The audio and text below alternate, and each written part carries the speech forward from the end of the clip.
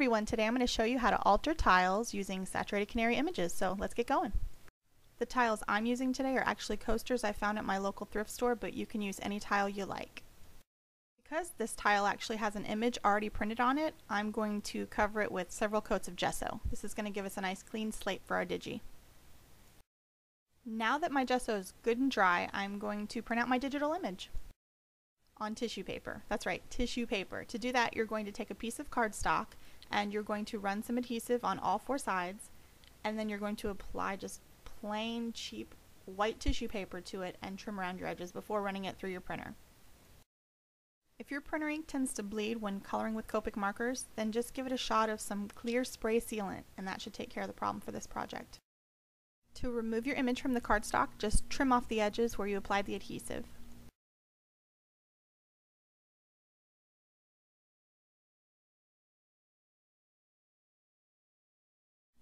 Now just figure out where you want to place it on your tile. Once you've decided where you want it to go, just adhere it to your tile using some matte gel medium.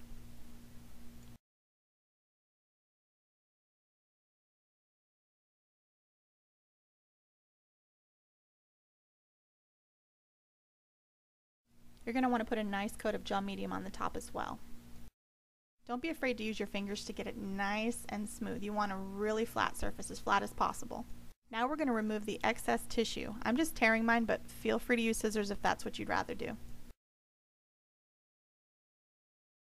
Now we're going to glue down our rough edges to the sides of the tile with more matte gel medium.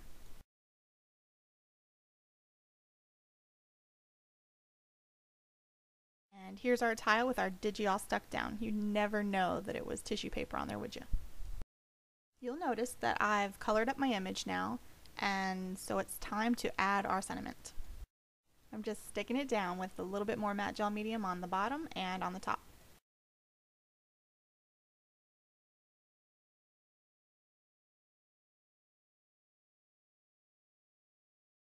And again, get in there with your fingers and get a nice smooth surface.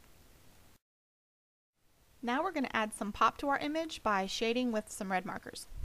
I've started with my R27 Copic marker and I'm just dotting on some color here and there. Not really concerned about going all the way around the image, I just want to get some color down.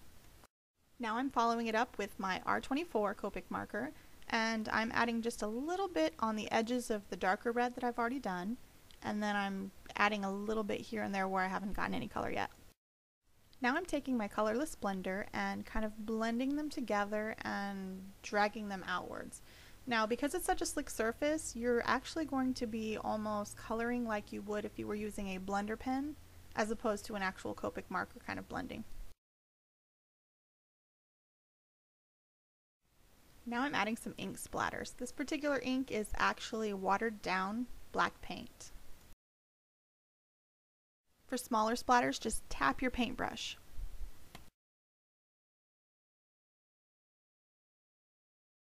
Now I'm going to add a little sparkle by adding pearlized mica flakes with a little glossy accents. And finally, I recommend adding a layer of glossy accents or any other thick, clear drying sealant to protect your tile. Thanks for joining me today. See you next time.